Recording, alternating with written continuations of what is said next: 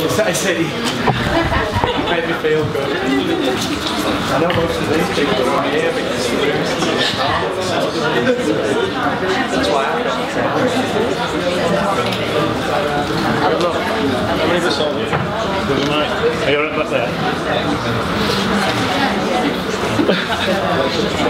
Colleagues. Colleague. Have you heard Friend or colleague? Hey? Have you heard on this? Do you want to make notes? Yes. You probably do. Mr. Martin's here as well. And Pedagog. We do that wall outside our house.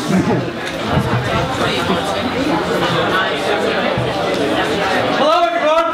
Oi, oi. Hello. Hello. Thank you so much for coming to this workshop. I'm going to try and be as quick as I can. I know the timings have changed a little bit. I know some of you may have come here because you couldn't get in the room that you wanted to because the classroom was small. I'll take that on the chin. I'm alright with it. My name's Hywel. It's a real privilege to stand here, and a bit unnerving as well. I feel like I shouldn't really be here.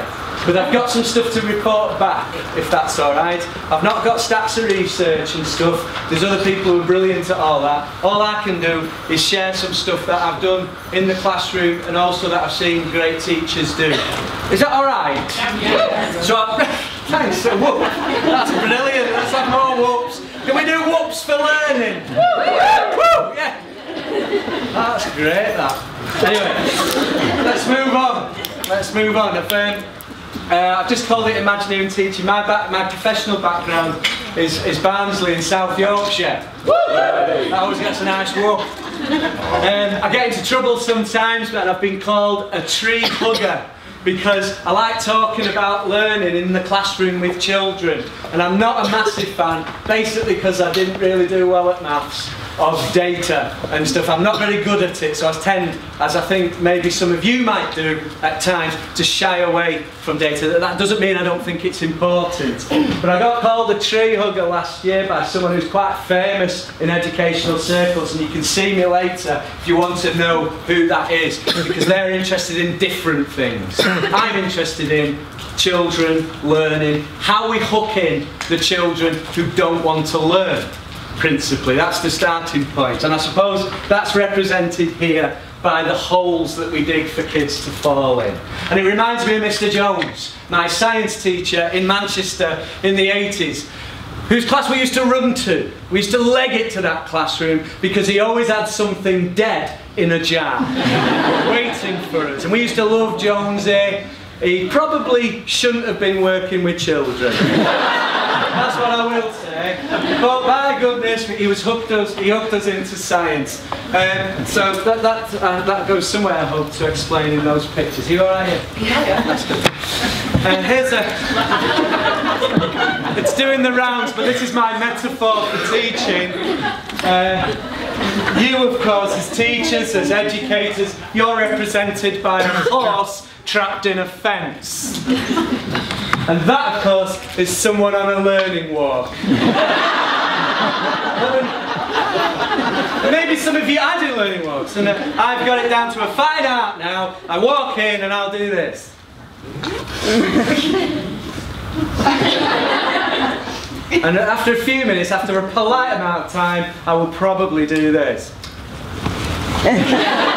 And then I'll be on my way to go and learn some other stuff that I'm not going to tell you about. I'm only joking. Is that alright? I'm only joking. It's important. It may be Ofsted, that cow. I quite like animal photo bomb on Google. So if you are down in the dumps, as I know sometimes we are, just go and Google that. And if you get nothing else from my session, I guarantee that'll make you happy.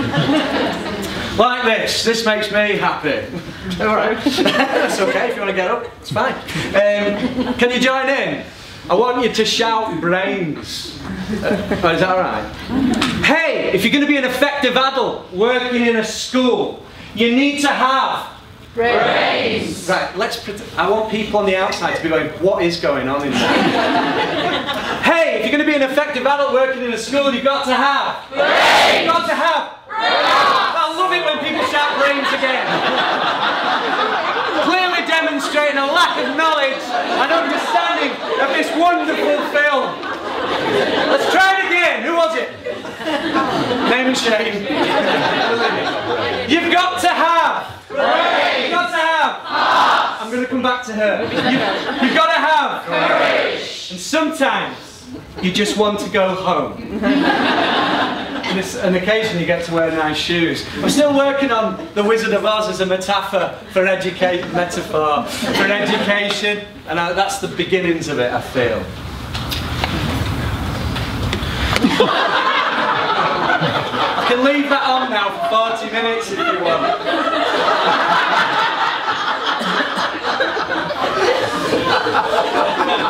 So I was there filming it. I hope you had a chance to read what I've written.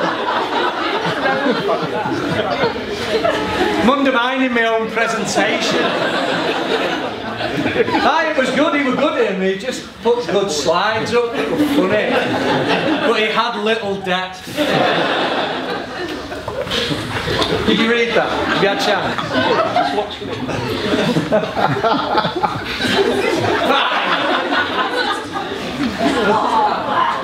Check this out. Anyone teach year 6? Does that ring any bells, that? GCSE English. Me. Seamus Heaney's agricultural poetry about his father. I'm going at it. All Dead Poets Society. Proper giving it. Yeah? Any English teachers recognise what I'm talking about? Proper going for it. Really going for it. And I've got biddable, lovely kids in front of me who eventually just say, "Sir, shut up."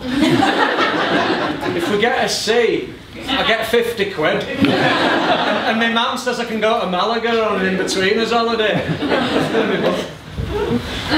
And that's that passive imagination. I love this picture because I think a lot of the stuff that was cropping up this morning in the excellent opening to the day, the discussion and so on. I think it was a lot around curriculum and actually what do we populate the curriculum with. I think it's probably easy for us to stand around saying we need to change things, but it becomes more difficult when actually someone says, well, go on then, change it. It becomes hard then. But I thought it was great this morning, and this sums it up for me. I don't know if do you see him? I don't know if he's SEN or G&T. I don't know what his label is, but perhaps he doesn't need one. Perhaps he's just successful.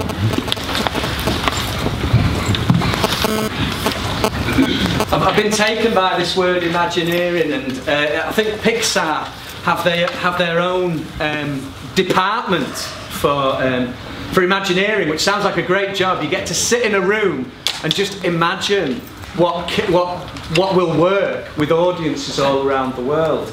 And I think maybe if we had that as an approach to our curriculum, what would work for our children in our classrooms? I'm a teacher in Telford. How would it work for my kids in Telford? I'm a teacher in Barnsley. How will it work for my children in Barnsley? You all right? That's all right. That's what Imagineering is. That's what Imagineering is. So it's thinking big and then trying to think, right, okay, how do we make that work? Because we teach all sorts of different types of children. Now you just have a quick look at this lovely list. This is done affectionately by me. So I don't mean that there's no malice in this, but I tried to write down all the different types of kids I've taught, and I'm sure you've taught as well. Have you taught a kid who's fearful? A little crier, a worrier? Who sometimes, when they don't understand it, they stop worrying and turn into a warrior. And then they start getting difficult, perhaps. Have you taught any kids who are gangsters? Come in, Jake, are your knees alright? Suddenly he's come back over at weekend. He's year 4. Alright, sir. Do you know any adventurers? Those kids when you take them out, primary colleagues, they're going on a welly walk or something, and you go out and it's like, oh, where is he? Where is he? Straight up a tree. Or he's jumped over a dry stone wall and not checked the drop. You know, that kind of kid. Or the genius kids who, you know, they think of the answer to the question you've not thought of, or you haven't got to yet in your planning. You know, that kid. You wish that their parents would take them on holiday in term time. Just go. Get yourself off. Go and do a museum tour of Eastern Europe. No worries. And also the outsider children. I mean, you know, it was emos and goths for a while, wasn't it? And I've had a primary teacher say to me, "Oh, we had an emo." I thought, brilliant. Can we come and look? I want to see an emo kid in year 4. And so on. And I do this all affectionately. And then I realised, long after this came out, now I was thinking, actually, some of these are behaviours. Some of these are behaviours that the children have created for themselves. And I do reflect on my own schooling. I went to school in the 80s when teachers could hit kids. Oh, the good old days. Let's get back to those days. And I realised that Mr. Taylor, who was the geography teacher, was very inconsistent of mood. So you probably work with people like that, I don't know. Sometimes he'd tell jokes and talk about the time his caravan collided with a cow, and we'd all go, "Oh, Mr. Taylor's brilliant." And then the next lesson he'd be really violent and really aggressive and horrid. So I was the sort of kid that would queue up, worried and anxious. And my point is, really, I suppose, how do we make children feel when they're in the room with us? And I suppose an extension question to that for us today is, what's it like to be taught by you? And he's difficult. He's in the Prue. Because he might be bright, but he doesn't fit in. He doesn't fit in our curriculum in our school, so we're sending him to the other side of the city, 3 buses, because the curriculum we've designed doesn't fit him. Because you can see his problems. For one thing, in our town, in Barnsley, he talks too posh, so already he doesn't fit in. He's probably level 7+. He's an independent thinker, but he can't work in groups. So my thought there is, well, maybe what Sherlock needs is actually, he needs a lesson objective just for him, and maybe for some of the others in the room, just about today we're going to work well together. There's more to talk about there, but I'm going to flip